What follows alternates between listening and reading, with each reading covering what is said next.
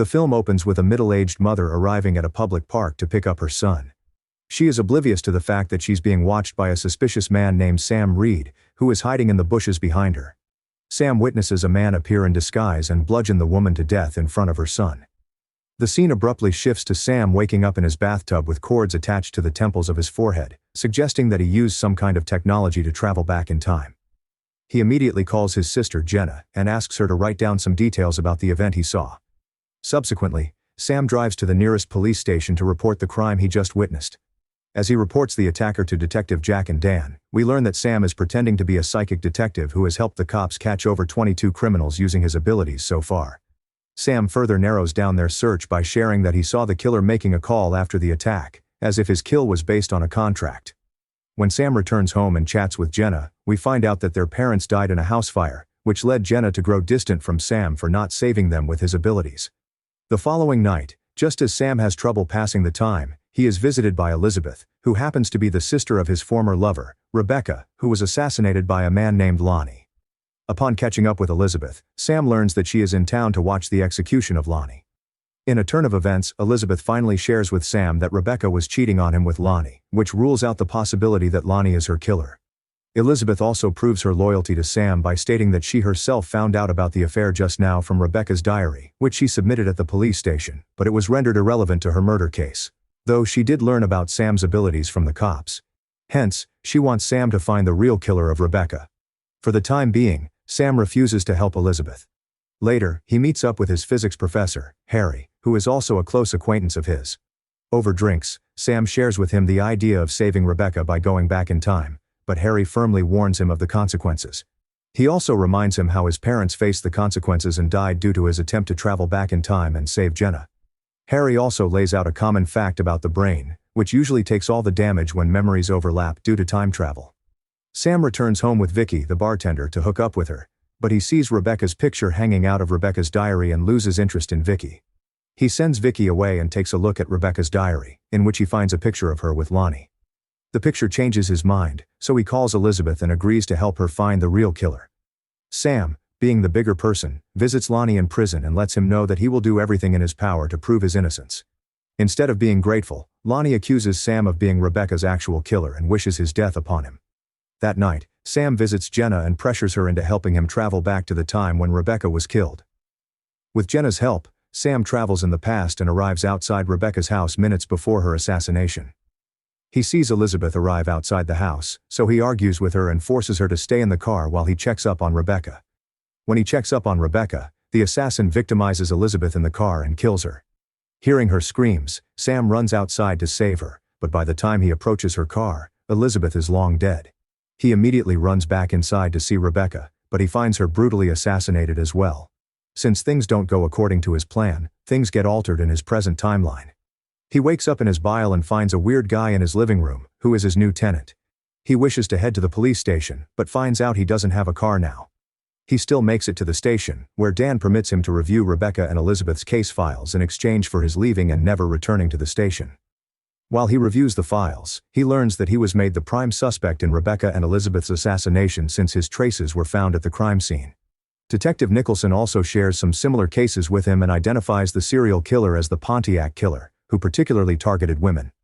Despite creating a cluster of errors in Rebecca's case, Sam feels relieved to learn that Lonnie was never convicted for Rebecca's attempted assassination.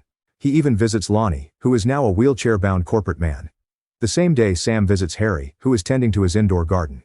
He shares his idea of going back to the same time once again, but Harry suggests choosing a different timeline and investigating another one of Pontiac Killer's victims to catch him instead of disrupting Rebecca's timeline. Sam agrees and visits Jenna. He asks for help, but this time, she clearly refuses to help him and wishes to prevent him from frying his brain. Sam doesn't listen to her and proceeds with the time jump alone. This time, Sam travels back in time to find the Pontiac Killer's third victim, Anita. He finds himself in Anita's apartment, so he quickly hides and waits for the killer to make his move on Anita. Soon Anita enters her apartment, and following her is her partner in a burglar's mask. They act out their creepy fetishes, but Sam mistakes Anita's partner for the killer. By the time he realizes the man is not the real culprit, he gets caught by Anita and her partner. This results in another change in his present timeline. This time, Sam wakes up as his apartment's tenant instead of its owner and finds the tenant to be his new owner, a reversal of roles. Perplexed, he visits Harry, only to find him missing from his home.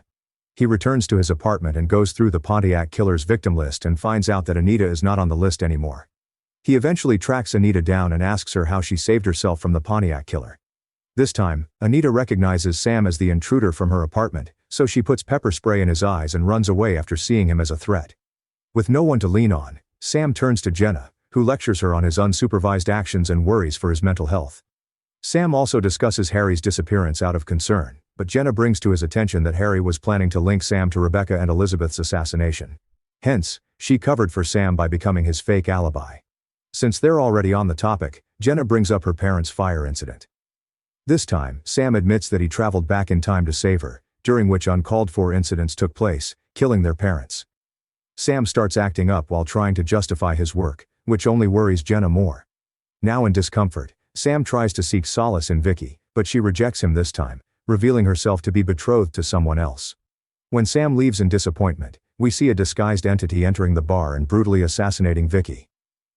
The scenes shift to the next morning, in which the detectives bring in Sam for interrogation, as he was last seen at the crime scene.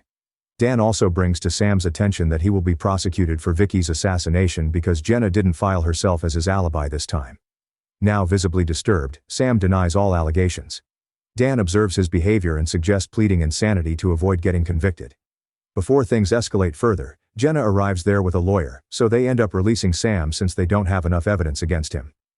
On his way out, Sam steals Dan's notes, whereas Dan asks Nicholson to get someone to tail Sam once he gets out. When Sam returns home, he learns through the notes that the victim's remains were recovered from an auto plant on September 19, so he travels back in time to recover the remains hours before the cops show up. While exploring the plant, he comes across the dark room, where the killer kept his victims. The atmosphere sends Sam into a state of shock, due to which he returns to his present. He finds himself sleeping on Jenna's couch. Before leaving for work, Jenna urges him to hide the case files and end the interrogation. Sam doesn't listen to her and goes back in time to thoroughly search the plant at night. He ends up walking into the trap that was set for the actual killer by the cops. Finding Sam in the middle of the night convinces the cops that he is the Pontiac killer. When the cops arrest him, Sam finally asks for Dan and tells him the truth about time traveling to prove his innocence. To prove himself, he describes a vivid scenario of Dan meeting his wife for the first time and reveals that he traveled back in time just to see the two of them. Now shocked, Dan starts believing Sam and helps him escape. However, he knows that the authorities will catch him within hours. With nowhere to go, Sam visits Jenna's apartment, which is locked. In Jenna's absence, he forces the landlord to open the door for him. He discovers burundanga, a plant that Goldberg earlier warned may temporarily paralyze people. Sam inhales some of it by accident. He soon starts to feel dizzy, so he quickly gets into the bathtub before passing out. He travels back to the auto plant once more. This time he looks for Harry because he thinks he might be at fault because of the burundanga.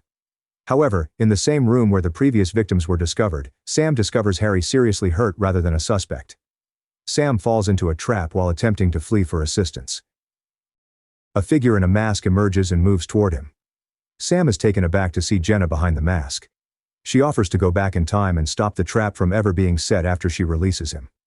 Sam discovers that Jenna can also travel back and forth in time. After learning of Rebecca's adultery, Jenna reveals that she killed her and followed Sam when he jumped back in time to the night Rebecca was slain.